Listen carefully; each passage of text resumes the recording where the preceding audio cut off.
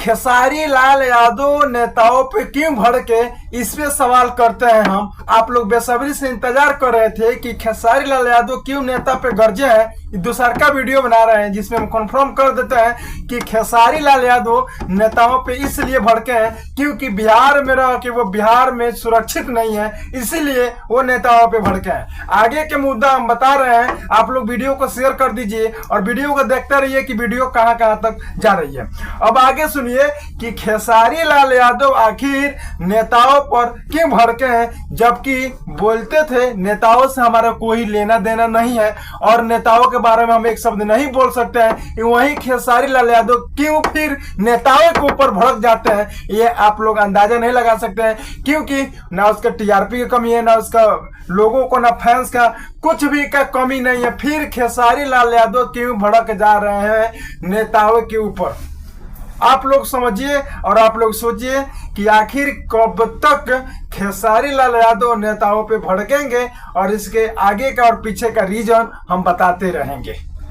और जबकि ना खेसारी लाल यादव का टीआरपी का कमी है, ना व्यू का कमी है और ना उसका समर्थक का कमी है, फिर भी क्यों खेसारी लाल यादव नेताओं के लेकर वीडियो बनाते हैं। सोचिए कि खेसारी लाल यादव इसलिए वीडियो बनाते हैं नेताओं के ऊपर कि हम बिहार में तो हैं लेकिन बिहार में कोई कंपनियां नहीं है, बिहार में कोई इंडस्ट्री, कोई फील्ड नहीं है जिसमें बच्चा अपना खेल तैयारी कर सकते हैं, फिल्म शूटिंग हो सकता है। और बिहार के लोग बिहार में अपने बच्चे के पढ़ा रहे हैं और नेताजी जितना जी है, नेता लोग जितना नेताजी लोग हैं वो सब अपने अपने बच्चों को बाहर एडमिशन करा के भेज रहे हैं। अब आप लोग सोचिए कि इस मुद्दा पर खेसारी लाल यादव बोले तो कौन सा गलती किए हैं और कौन सा बुरा बात बोल दिए हैं कि नेताओं को मिर्च लगेगा। सोचिए, किसी नेता के हम नाम नहीं लेते हैं और किसी कलाकार के नाम नहीं लेते हैं, लेकिन खेसारी लाल ऐसा कलाकार है जिसके दिल भी साफ है, दिमाग भी साफ है और दिमाग सही करके बोल रहा है कि बिहार में कम से कम इंडस्ट्री वाला फील्ड बनना चाहिए जिसमें हम लोग अपने भाई के साथ शूटिंग कर सकते हैं। बिहार में कम से कम ऐसा मुकाम हासिल होना चाहिए जिसमें बिहार का बच्चा बिहार में रह सकते हैं और बिहार में काम कर सकते हैं, ताकि किसी और के भरोसे नहीं जी सकते हैं। जिस स्कूल में दलित का बच्चा पढ़ता है, जिस स्कूल में किसी छोटी जाति का, सबसे छोटी निचली जाति दलित होता है, अगर कोई जाति का बच्चा उसमें पढ़े, अगर कोई टीचर उसमें पढ़ा रहा है, तो क्या वो टीचर अपना बच्चा को उसी स्कूल में पढ़ाएगा? ये कभी नहीं हो सकता है, नामुमकिन है। और इसमें लाखों सवाल उठाने पर एफआईआर हो जा रहा है, जैसे मनीष कश्यप को हुआ था। अब आप लोग सोचिए कि इस बारे में हम तो बात कर लेते हैं, लेकिन लोग को मिर्च लग जाता है कि बहुत तेज बोला है। अबे तेज बोले हैं, पता है हम तेज बोल रहे हैं, क्यों तेज बोल रहे हैं बताएं, रीजन बताएं। रीजन सुनिए, रीजन इसलिए है कि कब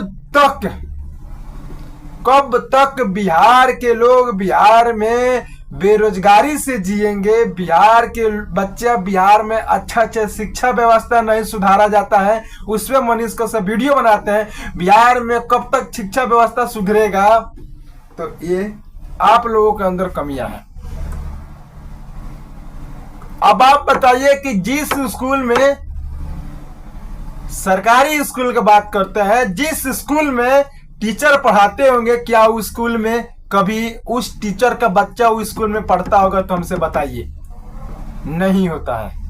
वो जब पढ़ाएंगे तो कोचिंग, ट्यूशन और नहीं तो देश विदेश में एडमिशन करा के पढ़ाते हैं, क्योंकि मेरा बच्चा मुकाम हासिल कर लेगा। और जिस तरह हम सरकारी स्कूल के टीचर हैं उस तरह वो भी अपना नाम करेगा, आगे जाकर इंजीनियर बने, पुलिस बने और बहुत सारे नौकरियां रखी हुई है सरकार के लिए। जिसके पास नौकरी हो गया है, तो हमारे ये सब बयान नहीं है। नहीं, आप गलत सोच लिए, ये हम सब बता रहे थे ना, हमारा ये सब बयान नहीं है। बयान है कि खेसारी लाल यादव क्यों पिनके। खेसारी लाल यादव का 4 मांग है। कितना? 4 मांग अगर पूरा हो जाएंगे तो खेसारी लाल नहीं बल्कि पूरा बिहार के लोग किसी पे नहीं पिनकेंगे, नहीं भड़केंगे।